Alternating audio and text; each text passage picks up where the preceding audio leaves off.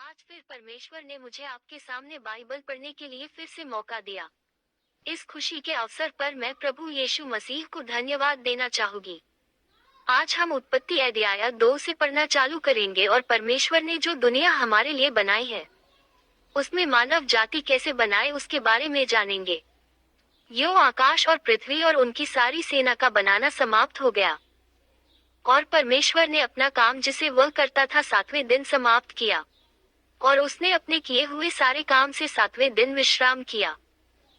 और परमेश्वर ने 7वें दिन को आशीष दी और पवित्र ठहराया, क्योंकि उसमें उसने अपनी सृष्टि की रचना के सारे काम से विश्राम लिया। आकाश और पृथ्वी की उत्पत्ति का वृतांत ये है कि जब वे उत्पन्न हुए, अर्थात जिस दिन यहोवा परमेश्वर ने पृथ्वी और आकाश को बनाया, तब मैदान का कोई पौधा भूमि पर न था, और न मैदान का कोई छोटा पेड़ उगा था, क्योंकि यहोवा परमेश्वर ने पृथ्वी पर जल नहीं बरसाया था, और भूमि पर खेती करने के लिए मनुष्य भी नहीं था। तो भी कोहरा पृथ्वी से उठता था, जिससे सारी भूमि सिंच जाती थी। और यहोवा परमेश्वर ने आदम को भूमि की मिट्टी से रचा और उसके नथनों में जीवन का श्वास फूंक दिया, और आदम जीवता प्राणी बन गया। और यहोवा परमेश्वर ने पूर्व की ओर अदन देश में एक वाटिका लगाई, और वहां आदम को जिसे उसने रचा था रख दिया। और यहोवा परमेश्वर ने भूमि से सब भांति के वृक्ष, जो देखने में मनोहर और जिनके फल खाने में अच्छे हैं, उगाए, और वाटिका के बीच में जीवन के वृक्ष को और भले या बुरे के ज्ञान के वृक्ष को भी लगाया। और उस वाटिका को सींचने के लिए एक महानदी अदन से निकली और वहां से आगे बहकर 4 धारा में हो गई।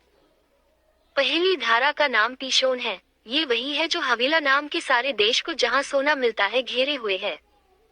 उस देश का सोना चोखा होता है, वहाँ मोती और सुलेमानी पत्थर भी मिलते हैं।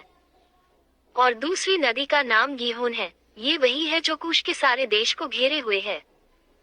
और तीसरी नदी का नाम हिद्देकेल है। ये वही है जो अश्शूर के पूर्व की ओर बहती है।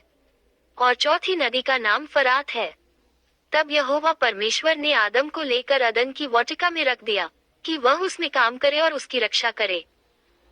तब यहोवा परमेश्वर ने आदम को यह आज्ञा दी कि तू वाटिका के सब वृक्षों का फल बिना खटके खा सकता है, पर भले या बुरे के ज्ञान का जो वृक्ष है, उसका फल तू कभी न खाना, क्योंकि जिस दिन तू उसका फल खाए उसी दिन अवश्य मर जाएगा।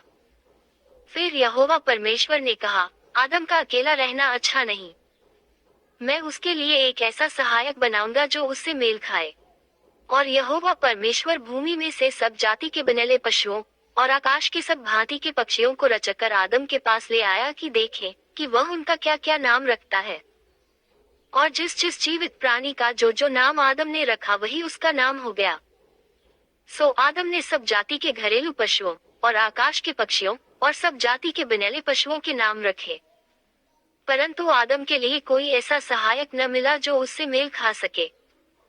तब यहोवा परमेश्वर ने आदम को भारी नींद में डाल दिया, और जब वह सो गया तब उसने उसकी एक पसली निकाल कर उसकी सिंती मांस भर दिया। और यहोवा परमेश्वर ने उस पसली को जो उसने आदम में से निकाली थी स्त्री बना दिया, और उसको आदम के पास ले आया। और आदम ने कहा, अब यह मेरी हड्डियों में की हड्डी और मेरे मांस में का मांस है, सो इसका नाम नारी होगा, क्योंकि यह नर में से निकाली गई है। इस कारण पुरुष अपने माता पिता को छोड़कर अपनी पत्नी से मिला रहेगा, और वे एक तन बने रहेंगे। और आदम और उसकी पत्नी दोनों नंगे थे, पर लजाते न थे। प्रभु यीशु मसीह पढ़े हुए वचन को आशीर्वाद धीर करे, और जिन्होंने सुना है उनके घर को प्रभु आशीर्वाद से भर दे।